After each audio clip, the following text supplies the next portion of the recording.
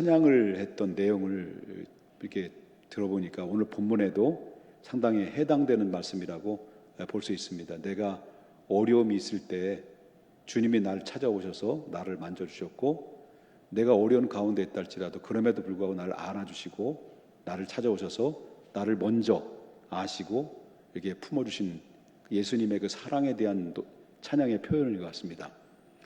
시대 때마다 하나님이 쓰시는 사람들을 이렇게 쭉 보게 되면 하나님이 직접적으로 부르셨다는 거예요. 우리에게 내 마음속에 어려움이 있을 때 주님이 나를 찾아오셔서 나를 부르시고 안아주셨던 것처럼 꼭 시대 때마다 하나님께서는 사람들에게 찾아오셔서 그 사람을 차출하여서 그 사람을 사용했다라고 하는 것입니다. 그렇기 때문에 하나님은 지원자를 쓰시지 않고 어떤 자를 쓰신다는 거예요? 하나님이 직접 차출한 사람, 부른 사람을 하나님이 사용하셨다라는 것을 성경의 역사적으로 얼마든지 발견할 수가 있다라고 하는 거죠. 성경에 보게 되면 구약에서 가장 많이 하나님의 일을 한 사람이 대표적인 사람이 누구라고 꼽을 수 있다고 한다면 모세라고 할 수 있습니다. 모세가 구약에 가장 많이 일을 한 사람이고요. 또 신약에서는 가장 하나님의 사역을 가장 많은 일을 한 사람이 누구냐고 꼽는다고 한다면 두말할 것 없이 사도 바울이겠죠.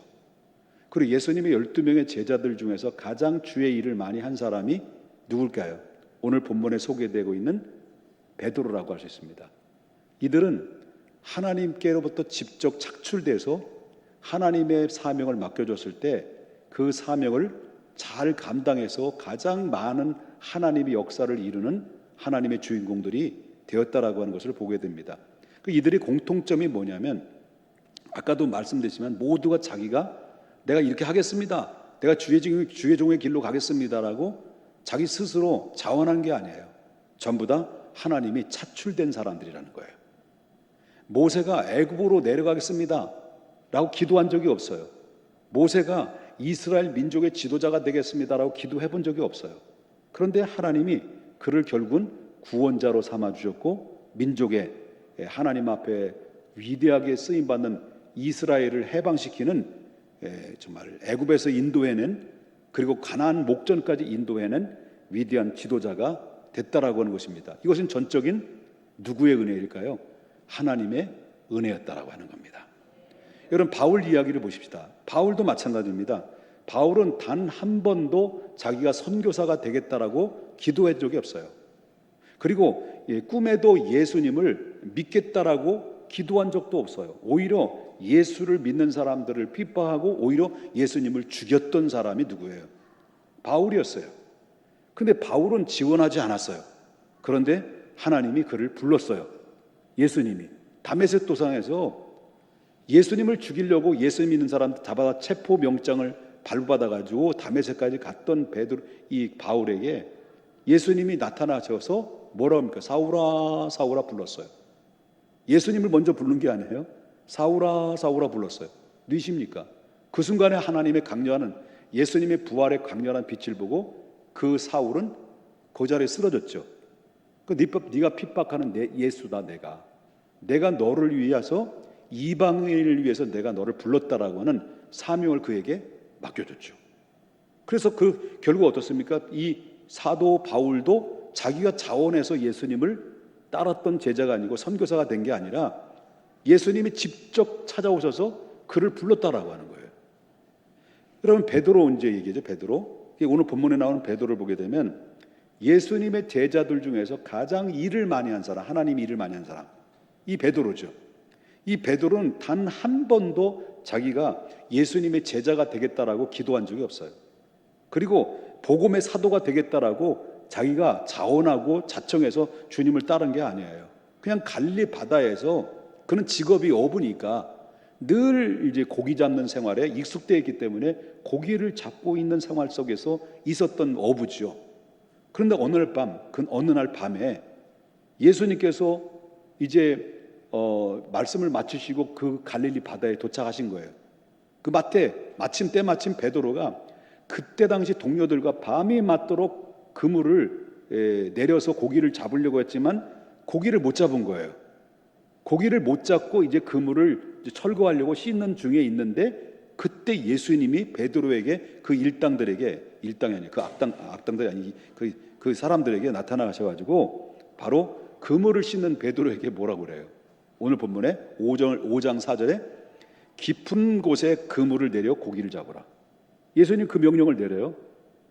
아니 고기를 이제 한 마리 못 잡아서 집에 들어가려고 그물을 씻고 다 정리하고 그러는데 예수님이 갑자기 나타나셔서 너 가서 그물을 다시 내려가지고 깊은 데 가서 그물을 던져라. 이 말 하셨다는 거예요, 예수님이. 근데 베드로가 그 말씀을 듣고 베드로는 알잖아요, 예수님이 누군지를. 예수님이 제자는 아니었지만 예수님이 어떤 분인가를 이미 뭐 작은 동네에서 있었기 때문에 그 청년, 예수란 청년에 대해서 알고 있었죠. 모르는 게 아니죠. 목수의 아들이에요, 예수님이. 아니 목수의 아들이 어부에게 충고를 내리면서 그물을 깊은 데서 내리라고 하면 기분이 나쁘죠. 자기가 전문가인데. 그런데 베드로는 놀랍게도 예수님이 그 그물의 깊은 곳에 그물을 내리라고 할 때 베드로의 반응이 뭐예요? 5장 5절인데 5장 5절에 뭐라고 말하냐면 선생님이요, 우리들이 밤이 맞도록 수고했으나 얻은 것이 없지만은 뭘 어떻게 했다는 거예요? 말씀을 의지해 내가 그물을 내리이다. 그리고 그물을 내린 거예요. 어부가 누구의 말을 듣고 목수의 아들의 말을 듣고 그물을 내린 거야. 내렸더니 그물이 내렸는데 놀랍게도 신통방통하게도 자기는 밤새도록 내려서 그물을 한 마리 못 잡았는데 그 목수의 아들이었던 예수님이 깊은 곳에 가서 그물을 내릴 때 던졌더니 그물이 찢어질 정도로 그물에서 고기가 잡힌 거예요. 그 고기가 어느 정도 잡혔냐면 배 2배를 다 채우고도 그 배가 이 침몰될 정도까지 그 정도로 기적같이 고기가 잡혔다라고 하는 거죠. 그때 예수님이 뭐라고 그래요? 그 광경을 보면서 예수님이 뭐라고 말하냐면 너는 나를 따르라. 내가 너를 사람 남는 어부가 되리라. 너는 나를 따르라. 콜링했죠. 스카우트한 거죠. 그래서 결국 어떻습니까?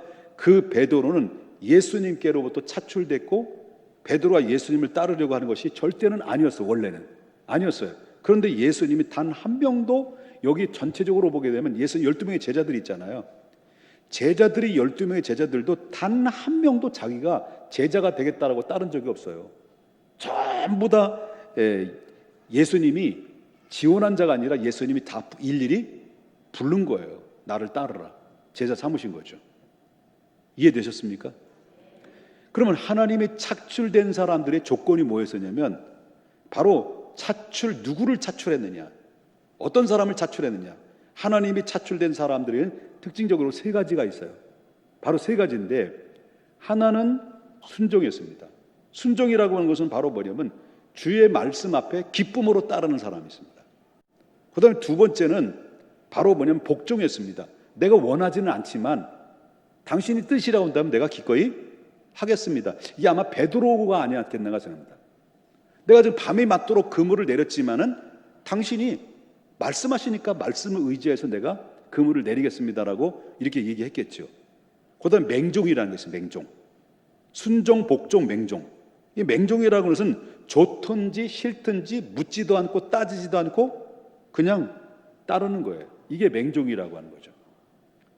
근데 하나님의 기쁨의 사람들은 어떤 사람이냐면 순종할 수도 있는 것이고 또한 뭐냐면 하기 싫지만 복종할 수도 있는 것이고, 그러나 그런 차원을 넘어서 하나님의 사람들은 뭐냐, 그 말씀하실 때 그 말씀에 생각도 하지 않고 따지지도 않고 묻지도 않고 그 말씀 앞에 무조건 순종하는 것이 이게 맹종이라는 거예요. 그 성경에서 가장 축복받은 사람들이 누구냐? 하나님의 역사를 일으키고 하나님의 나라를 이루는데 가장 큰 역사를 일으켰던 그 성경의 주인공들이 바로 뭐냐면 순종을 초월하고 복종을 초월하고 맹종의 사람들이었다라고 하는 거예요. 그래서 하나님이 쓰셨다는 거예요. 여러분 알다시피 이제 모세를 또 한번 거슬러 올라와 보자는 거죠.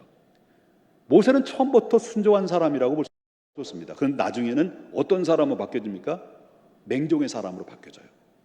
여러분 홍해를 지날 때 이 사람이 완전히 바뀌어져 가지고 하나님 앞에 차출되고 부름받았고 나서 그 이후로부터 하나님의 역사를 하나씩 경험을 하죠.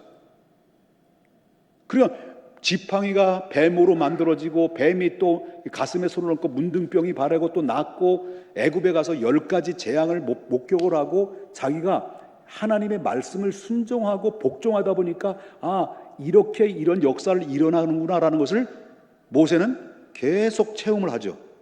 그러다 보니까 하나님의 말씀에 대한 신뢰가 완전히 들어오게 되다 보니까 그 이후로부터는 모세는 순종에서 복종으로, 복종에서 어떤 사람으로 바뀌어집니까? 맹종으로 바뀌어져요. 그래서 홍해 앞에 이스라엘 백성들이 이끌었을 때 지팡이를 내밀라고 그랬을 때 홍해는 이 모세는 군중들 앞에서 지팡이를 내미는 거예요. 자, 이 지팡이를 내민다라고 하는 것은 과학적으로든지 이성적으로든지 이해가 안 되는 질문이잖아요. 이해가 안 되는 그 하나님의 주문이잖아요. 그런데 순종이 아니었어요. 복종도 아니었어요. 하나님이 말씀하시니 말씀으로 맹종하여 지팡이를 내밀었어요. 물 문제가 생겼어요. 와보니까 점점 더 와보니까 물이 없는 거예요. 그럴 때 하나님은 이 반석을 향해서 지팡이를 치라고 명령해요. 그리고 이 모세는 그 이상 묻지도 않고 따지지도 않고 그 말씀 앞에 그냥 무조건 그냥 손 내미는 거예요. 자, 이 상황은 이성에 맞지도 않고 과학적이도 않아요. 아니에요. 그런데 놀라운 사실은 이렇게 맹종을 통해서 맹종이 이루어지고 난 이후는 그 반응에 일어났던 역사들은 전부 다 뭐예요? 초자연적인 역사가 일어난 거예요. 홍해가 갈라지는 것도 초자연적인 것이고 반석에서 물이 나는 것도 초자연적인 것이고 전부 다 뭐예요? 하나님이 초자연적으로 역사하신 거예요. 뭘 통해서? 순종을 통해서, 복종을 통해서, 맹종을 통해서 이루어진 것이다라고 하는 거예요. 믿으십니까, 여러분? 자, 바울을 넘어간 바울, 신약의 바울을 보자는 거죠. 자, 주님을 위해서 이 사람은 가정도 포기한 사람이에요. 주님을 위해서. 그리고 복음을 위해서 오늘은 이것, 내일은 저것으로 떠돌아다니면서 정말 오직 예수, 오직 십자가, 오직 부활, 오직 예수 그리스도의 천국, 오직 믿음, 이것만 외치면서 일생을 남은 하나님 앞에 부름받고 그 일생을 마무리를 했던 사람이에요. 이 사람 또 역시 순종에서 복종에서 맹종으로 바뀌어진 사람이에요. 그럼 맹종을 해도 그 맹종에 있어서는, 그 맹종 앞에서는 그에게 찾아올 어마무시한 핍박과 죽음의 위협이 있다는 것을 알고 있음에서도 불구하고 맹종했어요. 여러분 알죠? 어느 정도는 이 말을 좀 성경 말씀, 이 사람이 행했던 모든 것들의 흔적들을 보면 눈에서 눈시울이 따가울 만큼 이 바울의 주님을 만난 이후로부터의 그의 삶은 어떤 삶이냐? 자, 고린도후서 11장 23절부터 쭉 보겠습니다. 자, 그들이 그리스도의 일꾼이냐? 정신없는 말을 하거니와 나는 더욱 그러하도다. 내가 수고를 넘치도록 하고 옥에도 갇히기도 더 많이 하고 매도 수없이 맞고 여러 번 죽을 뻔하였으니 유대인에게는 40에서 하나 감한 매를 5번이나 맞았으며 3번 태장으로 맞고 1번은 돌로 맞고 3번 파선하고 1주야를 깊은 바다에서 지냈으며 여러 번 여행하면서 강의 위협과 강도의 위협과 동족의 위협과 이방인의 위협과 시내의 위협과 광야의 위협과 바다의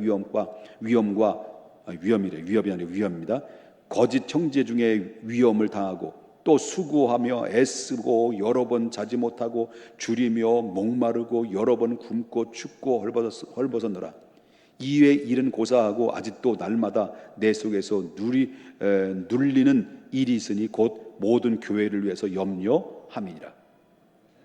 베드로, 이 바울 사도가 주님을 만나. 원래 바울은 어떤 사람이었습니까? 예수를 죽이는 사람이에요. 예수 믿는 사람을 잡아 죽이는 사람이었습니다. 자기가 원해서 주님 따른 게 아니에요. 그 부활의 주님을 직접 만나고 나서 이분이 정말 이분을 아는 것이 이 세상에서 가장 고상한 지식이다. 그리고 예수님의 부활을, 예수님의 십자가와 부활을, 그리고 예수님 만난 이후로부터 구약에서 이야기했던 말씀들이 바로 이분을 지칭하는 것이 아니냐라고 생각해서 이 사람은 이 담에서 주님을 만나고 나서 아나니아에게 안수를 받고 눈을 뜨고 난 다음에 보따리를 다 모아 싸가지고 아라비아로 들어가가지고 3년 동안 구약에서 이야기하는 예수가 누구인지를 발견해요. 그래서 복음서를 기록한 거예요. 13권을. 그래서 결국 어떻습니까? 이 예수가 바로 구약에서 이야기하고 있는 약속대로 오실 메시아, 인류를 구원할 메시아, 이분이다. 그는 확실하게 알고 나는 이로부터 그는 더 이상 순종의 사람이 아니라, 복종의 사람이 아니라 맹종의 사람으로 바뀐 거예요. 아멘입니까? 그래서 수없는 그런 죽음의 위협 속에서도 오직 예수 그리스도 십자가 부활, 오직 믿음, 이 말씀을 외치면서 살았던 사도 바울의 삶의 흔적들이라는 거죠. 전부 다 맹종이었습니다. 자, 베드로를 보십시다. 베드로 다시 보겠습니다. 베드로는 시작부터 그랬습니다. 고기 한 마리 잡지 못했던 이 밤이 맞도록 새벽에 동안 그물을 내려서 새벽에 그물을 씻었을 때, 아까도 똑같은 반복적인 의미는 예수님이 베드로에게 말하죠. 깊은 데로 가서 그물을 내려라. 그걸 고기 잡아라. 그때 베드로가 아까도 말했습니다만, 선생님이여 우리가 밤이 맞도록 수고를 했으나 얻은 것이 없지만은 당신의 말씀을 의지하여서 내가 그물을 내리이다. 그리고 그물을 깊은 곳에 내린 거예요. 얼마나 고기를 많이 잡혔는지 그물이 찢어질 정도로 2배가 가득 찼어요. 베드로는 예수님이 수제자가 돼서 그때 이후로부터 수제자가 된 거예요. 그리고 기독교 역사상 가장 위대한 지도자가 그 이후에 베드로가 된 거예요. 여러분, 사도행전을 보게 되면 1장부터 8장까지는 바로 사도행전이라고 말하는데, 사도들의 행전이라고 말하는데, 그러나 사도들 행동 중에서 1장부터 8장까지는 베드로 행전이다라고 해도 과언이 아닐 정도로, 그 다음에 이제 9장부터 28장은 사도 바울의 행전이라고도 과언이 아닐 정도로 그 두 사람이 양쪽으로 전반부 후반부로 나눠서 소개되어 있어요. 집중되어 있어요. 조명하고 있습니다. 자, 그런데 이 베드로 행전 그 1장부터 8장에는 베드로가 맹활약했던 사건들을 기록되어 있어요. 여러분, 한 번 복음을 증거할 때 베드로가 예수님이 사람 낚는 어부가 된다라고 하신 말씀처럼 하나님 말씀을 선포한 데서 3,000명이 들어왔어요. 그 유대인들이, 디아스포라 유대인들과 본토 유대인들이 회개하고 3,000명이 주님 앞에 돌아왔어요. 그리고 안진뱅이를 일으켰죠. 금강은 내게 없으나 곧 내게 있는 것 내게 주느니 곧 나사란 예수의 이름으로 일어나 거론할 때, 안진뱅이가 그 일어난 이후로부터 또 복음이 전개될 때 이 사건 이후에 5,000명이 또 들어왔어요. 도합 8,000명이에요. 이게 별로 며칠 안에 일어났던 사건들이죠. 이런 것들이 바로 뭐냐면 무엇을 통해서 이루어졌냐면 맹종을 통해서 이루어졌다. 맹종은 기적의 결과다 라고 하는 것이죠. 알렉산더 대왕이 막강한 군사력을 가지고 온 세상을 점령한 이런 사건들을 우리가 다 기억을 할 것입니다. 알렉산더 대왕이 몇 명의 군사만 데리고 한 도시의 큰 성에 이제 그 도시성을 쌓은 왕 앞에 정면 도전장을 남겼죠. 그래서 알렉산더가 뭐랍니까? 큰 소리를 치면서 왕에게 뭐라고 말하냐면, 지금이라도 늦지 않으니 당신들은 항복하고 내려와라, 이렇게 말했단 말이에요. 실질적으로 또 알렉산더 대왕이 불과 군대는 몇십 명밖에 안 돼요, 데려간 게. 근데 그 앞에는 철옹성 같은 성이 쌓여지고 막강한 군사를 가지고 있어요. 왕은 그 앞에 있어요. 그 왕 앞에 당신 항복하시오. 그러니까 픽픽 웃는 거예요. 아니, 수로 보나 뭐로 보나 감히 어디에 도전을 해. 픽픽 비웃고 웃을 때, 그러자 이 알렉산더 대왕이 자신이 데려왔던 군대의 힘이 얼마나 큰지를 보여주기 위해서 군인들을 일렬로 쭉 세워요. 그리고 낭떠러지로 걸어가라고 그래요. 낭떠러지로. 그 낭떠러지로 쭉쭉 행군은 하나 둘 셋 넷, 하나 둘 셋 넷. 행군간에 군간다. 군간은 김일성 맞박. 하나 둘 셋 넷. 김일성 맞박에다 대검을 꺾고 유유히 돌아오라 켈로. 그래서 막 가다가 낭떠러져서 한 명 떨어져 죽고, 두 명 떨어져 죽고, 세 명 떨어져, 한 10명이 떨어지니까 알렉산더 대왕이 스톱 했다는 거예요. 그리고 나서 행군을 멈추고, 그때 도시에, 그 철옹성 같이 쌓은 도시의 사람들은 아니 저렇게 죽음을 두려워하지 않고 지도자의 명령 앞에 맹종하고 복종하는 이런 군사를 거느리고 있는 강한 군사 앞에서는 우리는 견뎌낼 수가 없을 것이다. 그래가지고 항복했다는 거예요. 쉽게 접수했다는 거 아니에요. 여러분, 결론적인 말씀입니다만은 주님은 배신도 잘하고 겁도 많고 앞에 나가서 뭐 잘난 척도 하고 뭐 나서기 좋아하고 그렇게 허물이 많았던 베드로인데요, 나중에는 교회의 기초가 되는 반석이 됐던 사람이에요. 우리의 아들들이라고 하는 요한과 야고보 있잖아요. 으악 하고 막 성질 부리고 그리고 혈기 많았던 이 우리의 아들들 야고보와 요한도 예수님을 제대로 만나고 나니까 바로 사랑의 사도가 되어서 교회의 기초가 되었어요. 사리사욕에 눈알이 돌아가고 있었던 이 삭개오라는 사람이 예수님을 제대로 만나고 예수님의 사랑을 받았어요.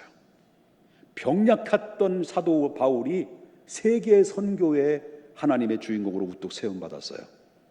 그렇다면 하나님은 그들만 부르셨냐는 거예요. 하나님은 그들만 스카우트했냐는 거예요. 그건 아니죠. 하나님이 그들만 부르는 것이 아니라 오늘 저와 여러분에게도 동일하게 하나님이 내가 어려움이 있을 때, 내가 절망할 때, 나름대로 힘들고 버거울 때 내가 주님을 찾아간 것이 아니라 주님이 나에게 먼저 찾아오셔서 손 내밀어 주셨어요. 그래서 나를 부르신 거예요. 나를 스카우트한 거예요. 네? 그래서 나를 하나님이 일꾼으로 세워준 거죠. 근데 여전히 우리는 질문을 해줘. 왜요? 하나님이 나를 귀하게 사용하시기 위해서 하나님이 나의 시대적으로 바로 이 2000년대 20세기에 벌써 지나서 20년이 더 훨씬 지난 이 시기쯤에 하나님이 부르신 지 우리는 훨씬 이전부터 나를 부르셨는데, 나를 스카우트 하셨는데, 나에게 찾아오셨는데, 나를 품어주셨는데 나는 지금 뭐하고 있느냐라는 질문 앞에 우리는 그 도전 앞에 지금 놓여 있는 거죠. 난 지금 뭐하고 있느냐? 나를 부르신 지는 언젠데, 나를 스카우트한 지는 언젠데 아직까지도 우리는 응해요. 어린아이처럼 누가 돌봐주지 않으면 일어설 수 없는, 아직도 내 사명의 자리도 발견하지 못하는, 내 위치의 포지션에서 내가 무엇을 해야 될지를 모르는 그런 가운데서 내가 허우적거리고 있다고 한다면 오늘 헌신 예배를 통해서 잃어버린 나를 다시 한번 찾는 기회가 됐으면 좋겠다라고 하는 겁니다. 여선교회뿐만 아니라 나에게 무엇을 찾으시는지를 주님 앞에 이런 기도를, 나를 찾으시는 게 무엇입니까 주님? 왜 부르셨습니까? 부르셨다는 목적이 있지 않습니까? 그 부르신 목적 앞에 내가 거기에 순종의 자리에서 맹종의 자리에서 복종의 자리에서 맹종의 자리까지 이뤄서 초자연적인 하나님의 능력에 내가 거기에 쓰임 받는데 내 이름이 주님 앞에 등장이 되고 내 다음 세대들에게 부끄러울 것이 없는 사람으로서 멋지게 남기는, 하나님 앞에 쓰임 받는 사람이 되어야 될 줄 믿는 것입니다. 기도하겠습니다.